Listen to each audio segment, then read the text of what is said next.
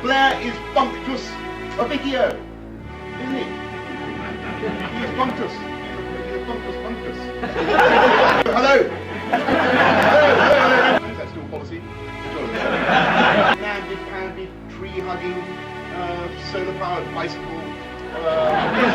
No, good. Well, I'm glad some of you are courageous enough to admit your incorrect thoughts.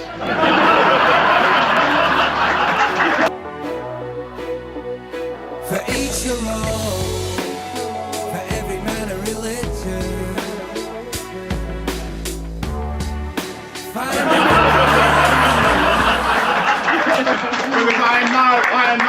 I'm now ideologically going to exterminate. And I'm going to demonstrate to you why you are wrong, and why we Cameroons are right, and why it offers the best hope, by far the best hope that we've had for a very long time. We are completely right. And I'll tell you about David Cameron, the rest of the Cameroons. We are, of course, we're green conservatives. Of course we're green. We should be greens. Well, it's a fantastic thing, and I'm very pleased to see so many of you wearing the fantastic new piece of broccoli we've commissioned. It's a rightward-leaning piece of broccoli. I mean, the risk of being soppy or sentimental or whatever, I actually like it. I genuinely like it, and it speaks to me of a party I want to represent. I think it's a wonderful thing. Okay, it's a big tree. What do you want, Boris? Fine. I like it. And there you go. I knew. I'm delighted to have smoked out, to have ferreted out the forces of dissent and reaction. Because we must have. I think actually the whole green agenda, which Cameron Davis has put at the centre of policy, is one of the reasons why we've been doing well in the polls. I think people respond to that, and they think it's a hugely important issue. They do think our planet, by and large, is something we should preserve and pass on in good, if not better shape, to the next generation. That is a fundamentally conservative instinct, and we are in a great position to do that. And I'm delighted at the latest heckle. Because not only are we green conservatives, and not only do we like our bicycles and all the rest of it, though we do. And you, by the way, you could do things in a deregulatory way. You could be green in a deregulatory way. Why shouldn't you get rid of all this planning permission for solar panels? A woman in my constituency had to cough up 200 quid for the architect's drawings, 200 quid for the permission. She basically almost eroded the value of the operation. And I'm sure the very broad-minded and far-seeing chairman of planning that you indicate is going to take just the step I described. Because there's no reason at all why houses of not very great antiquity, 1960s houses in the beautiful village of Sonny Commons. Sonny Commons is the most beautiful village on earth, of course, apart from the other ones in South Oxfordshire. There's no reason why all those houses should be protected in that ruthless way from solar panels. Conservation area. So it's not a conservation area. It's not a conservation area. You should still be, even if it was a conservation area, you should still be able to put a lovely, inoffensive, virtually invisible solar panel. Anyway, you can do green things in a deregulatory way. I'm also, of course, to get to the next point that you invite, I'm also a fiscal conservative. Am I allowed to say that these days? Yeah. I am. And so we're all the Cameroons. Of course, we want to bear down on taxation. Of course we do. It's absolutely. Of course, it's been going up under Gordon Brown, and we're now taxes rising in this country far faster than it is in some of our European countries. But I think it'd be quite wrong if we were to go out now and go forth from this conference and announce a series of detailed tax cuts that we were proposing to implement in 2009 or 10, or whenever Gordon Brown finally has the guts to call an election, when people know that the financial circumstances in this country might well have changed by then. And I think the electorate would look at us and listen to us and think we were just indulging in pointless headline grabbing, because they know nothing we said had any real validity. They know, I hope they know, I hope that you will tell them, insofar as they don't know, that we remain in our hearts a tax-cutting party. That's our instinct. Our instinct is to let people, let the proceeds of their efforts fructify in their pockets and all the rest of it. I certainly believe very, very passionately in that. But I'm also I'm a conservative, I suppose, in that I want to have a conservative type of government. that doesn't endlessly regulate. And it's too little understood that there's a direct connection between over-regulation and the growing burden of taxation. Let me give you a very straightforward example, which I will pillage unhesitatingly from my a recent article I wrote. I can't plagiarise my articles. Who can? And it relates to. Is that the press going off there? I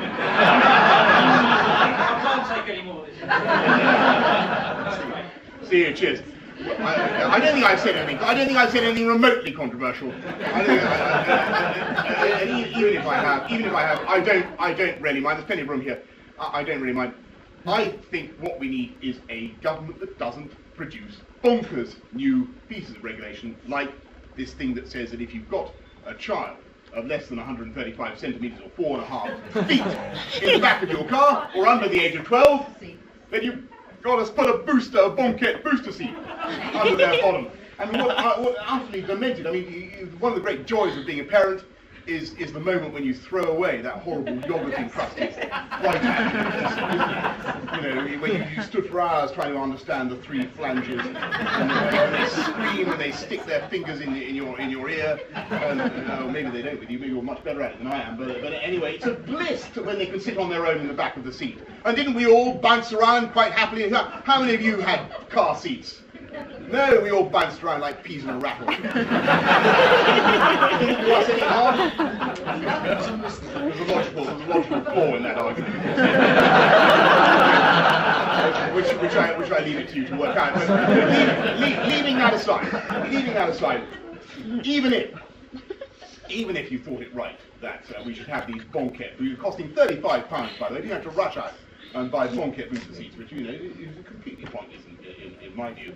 Even if you're a bunch of health and safety maniacs and you thought 11-year-olds should have booster seats, then I come to the next point. This is why I'm a democratic conservative in addition to everything else. Then you cannot think it right that law should be imposed on us by a majority vote without any consultation, as far as I can make out, of any elected emanation of the British people from the Transport Directorate in Brussels. This is not meant to turn into an Eurosceptic rant because no.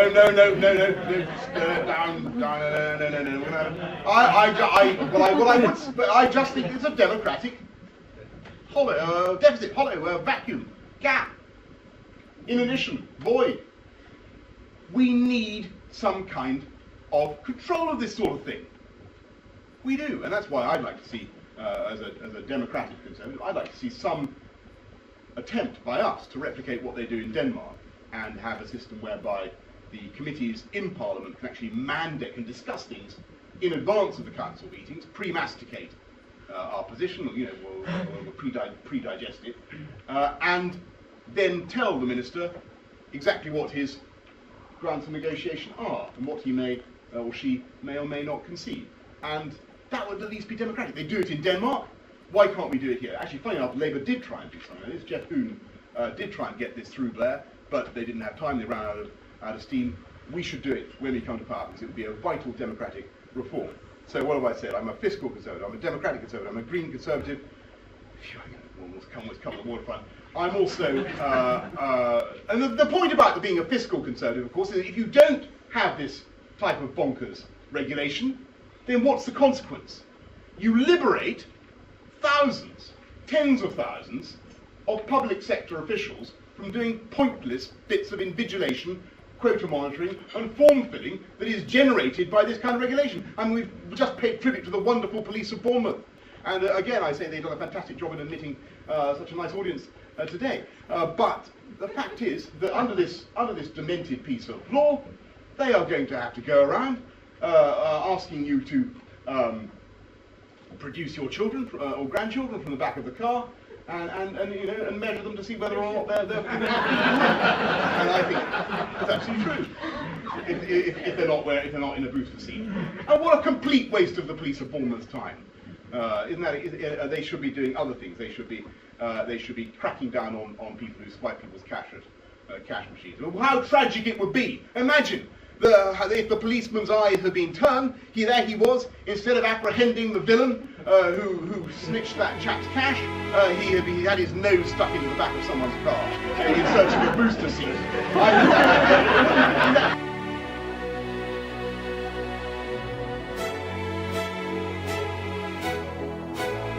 It relates to...